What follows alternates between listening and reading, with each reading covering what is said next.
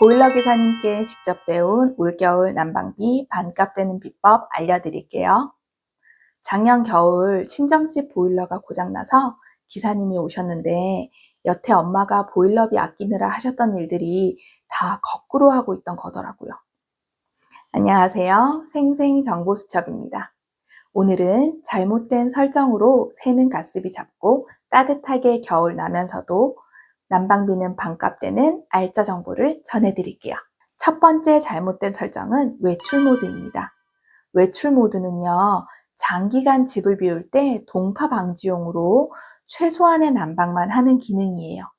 실내 온도가 8도 정도 내려갈 때까지는 보일러가 돌아가지 않는 거죠. 그런데 하루 이틀 집을 비우시거나 한나절 외출하실 때 이 외출 기능을 사용하신 적 있으시죠? 이렇게 되면 그 사이 보일러가 돌아가지 않으면서 집 온도가 확 떨어지는 거예요.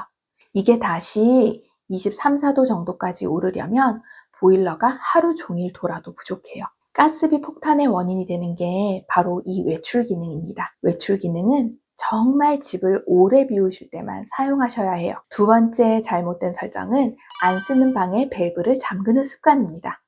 난방비 아끼려고 겨울 시작되면 안 쓰는 방 밸브부터 잠그시죠. 그런데 밸브를 잠가둔 채로 오래 방치할 경우 나중에 밸브가 열리지 않게 됩니다. 게다가 물이 흐르지 않아서 보일러관이 동파될 염려도 있어요. 잘 안 쓰는 방이라도 보일러 밸브를 반쯤 열어놔주세요. 그럼 물이 미세하게 흐르면서 동파는 피하고 난방비 차이도 거의 없습니다. 세 번째 잘못된 설정은 온수 온도를 고에 맞춰놓고 사용하시는 경우예요. 온수 온도가 고인 경우는 70도 정도의 온수를 보일러에서 공급하는데요. 그대로 쓰면 화상의 위험이 있을 뿐 아니라 결국 기껏 데운 물을 다시 냉수랑 섞어서 써야 하기 때문에 가스비를 낭비하게 됩니다.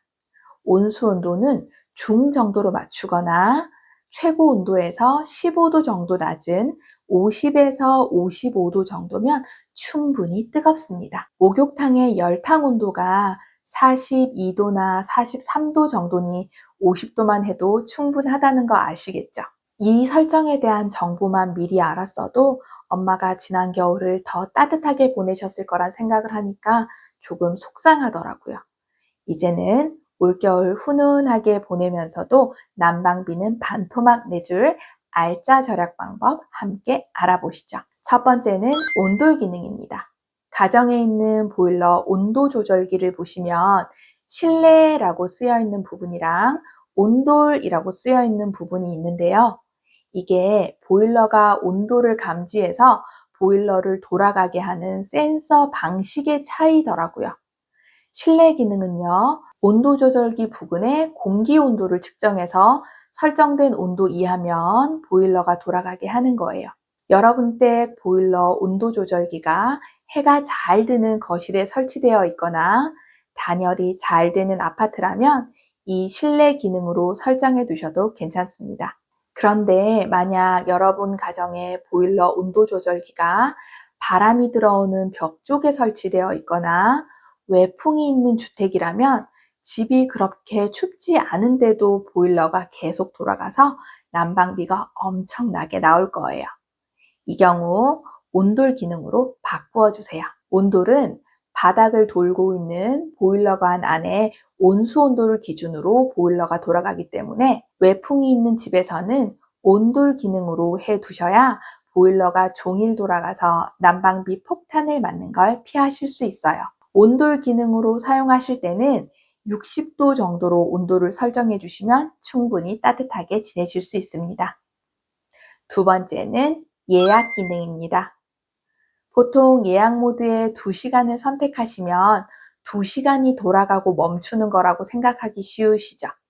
그런데 보일러의 예약 모드는 2시간을 설정해 두면 2시간에 한 번씩 보일러가 돌아가서 집 온도를 일정하게 유지해 주는 기능입니다. 각 가정의 단열 상황에 따라 3시간이나 4시간에 한 번으로 설정해 주셔도 보일러가 그 시간마다 돌아가기 때문에 충분히 온기를 유지할 수 있고 보일러가 계속 도는 것이 아니기 때문에 난방비가 확실히 줄어듭니다. 세 번째는 외출 시 온도 조절인데요.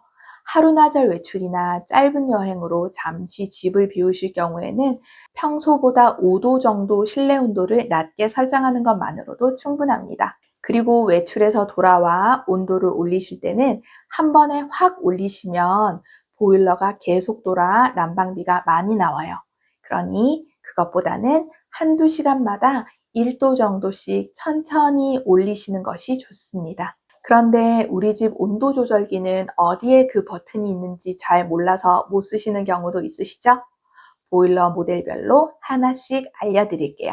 대성 셀틱은 이렇게 왼쪽에 실온과 온돌 버튼이 있습니다. 여기를 누르셔서 온돌 모드나 실온 모드로 설정하실 수 있어요. 귀뚜라미는 하단에 따로 온도를 선택할 수 있는 버튼이 있습니다. 그리고 오른쪽 온수 버튼을 누르시면 온도를 설정하실 수 있는데요. 50도 정도면 충분히 따뜻한 물이 나오는 온도예요. 이건 상황에 따라 더 낮게도 설정하실 수 있습니다. 린나이 보일러의 경우는 이 모델과 같은 경우 외출 버튼을 짧게 한번 누르시면 외출이 설정되고 길게 3초 이상 꾹 누르시면 실내 온도에서 온돌 기능으로 바뀌게 됩니다. 모델에 따라서 이렇게 생긴 온도 조절기는 외출과 예약 버튼을 동시에 누르시면 실내 온도와 온돌 기능을 선택하실 수 있습니다.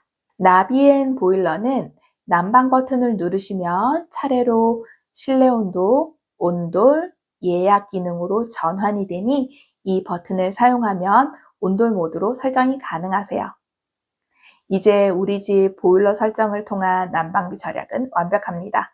하지만 보일러만으로 새는 열까지 잡을 수는 없습니다.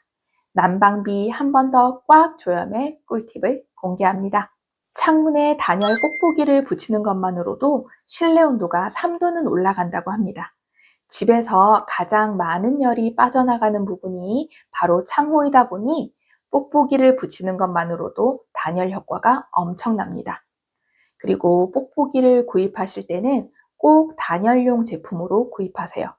단열용 뽁뽁이는 일반 포장용과는 다르게 3중 구조로 되어 있어서 훨씬 두껍고 공기층을 잘 잡아줍니다. 또 불투명이나 그림이 있는 뽁뽁이를 붙이시면 창문을 통해 실내가 보이는 것을 막아줘서 커튼을 걷어놔도 개인 사생활 보호도 되고 해는 잘 들어서 집이 훨씬 따뜻한 일석이조의 효과가 있더라고요. 그리고 뽁뽁이를 붙이실 때는요, 매끈한 면이 아닌 볼록볼록한 면을 창문에 붙이시고 분무기로 물을 뿌리면서 붙이시면 쉽게 붙이실 수 있습니다. 다음은 문풍지 사용입니다. 문풍지는 창틀 틈으로 들어오는 바람을 효과적으로 막아줘서 샤시를 교체하지 않고도 붙이는 즉시 실내 공기가 달라지는 것을 느끼실 수 있어요. 요즘은 붙이는 문풍지 외에도 창틀 틈에 끼우는 막대기 형태의 문풍지들도 있으니까 붙이는 게 싫으시다면 이런 것들도 좋은 대안이 될 것 같습니다. 또 다른 방법은 단열 커튼입니다. 저희 아이들 방에 유난히 외풍이 심해서 커튼을 알아보다 보니 요즘은 누빔으로 된 커튼들도 나와 있더라고요. 무게는 가벼우면서 설치하자마자 방 온도가 확실히 달라지는 게 느껴졌어요. 이런 단열 커튼은 외풍을 차단하면서 집안의 열기를 잡아주는 역할을 합니다. 확장형으로 큰 창이 있는 방이나 거실에는 특히 효과적입니다. 이 외에 체감 온도를 더 올릴 수 있는 방법이 한 가지 더 있는데 바로 가습기입니다. 겨울철 건조한 공기 때문에 가습기 많이 사용하시죠? 그런데 실내 습도를 40%에서 60%로 유지해 주는 것만으로도 우리가 느끼는 체감 온도가 2, 3도는 올라가는 효과가 있다고 합니다. 같은 온도에서도 더 따뜻하게 느껴지니 보일러 온도를 조금 더 낮게 설정해도 충분히 따뜻하게 겨울을 날 수 있는 거죠. 가습기를 사용하지 않으신다면 젖은 수건이나 빨래를 널어두셔서 습도를 유지하는 것도 좋은 방법이 될 수 있습니다.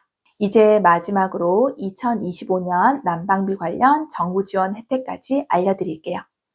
기초생활수급자나 차상위 계층 등 에너지 취약계층을 대상으로 한 에너지 바우처 사업과 한국지역난방공사의 사랑온 지원금 사업이 있습니다. 에너지 바우처 같은 경우는 온라인으로 신청하실 경우 홈페이지 또는 복지로에서 신청 가능하시고요. 온라인 신청이 어려우신 경우는 거주하시는 읍면동 행정복지센터에서도 신청이 가능하십니다. 4인 가족 이상일 경우 최대 70만 원까지 지원이 된다고 하니 꼭 챙기시면 좋겠습니다. 사랑온 사업 같은 경우는 겨울철 난방비 부족으로 어려움을 겪는 이웃을 대상으로 긴급성, 주거 환경, 경제 상황 등을 종합적으로 평가하여 선정한다고 합니다. 11월 23일까지 신청하시면 되고요. 꼭 홈페이지를 통해 직접 신청하셔야 합니다. 지원에 필요한 링크는 고정 댓글로 정리해 둘게요. 개인의 경우 50만 원이 지급되고 대상 선정 후 12월 23일에 난방비를 지급할 예정이라고 하네요. 해당되시는 분들은 혜택들 꼭 챙기셔서 따뜻한 겨울 나셨으면 좋겠습니다. 오늘 여러분은 저와 함께 여러분 가정에 맞는 보일러 사용법을 알게 되어 난방비는 반이 되고 온기는 가득한 겨울을 보내게 되셨습니다. 오늘 알게 된 내용들을 주변 분들에게도 알려주셔서 주변의 새는 난방비까지 막아주세요. 그리고 여러분이 아시는 또 다른 난방비 절약 꿀팁이 있다면 댓글로 함께 나누어 주시면 좋겠습니다. 여러분 생활에 도움이 되는 또 다른 꿀팁을 가지고 찾아뵙겠습니다. 감사합니다.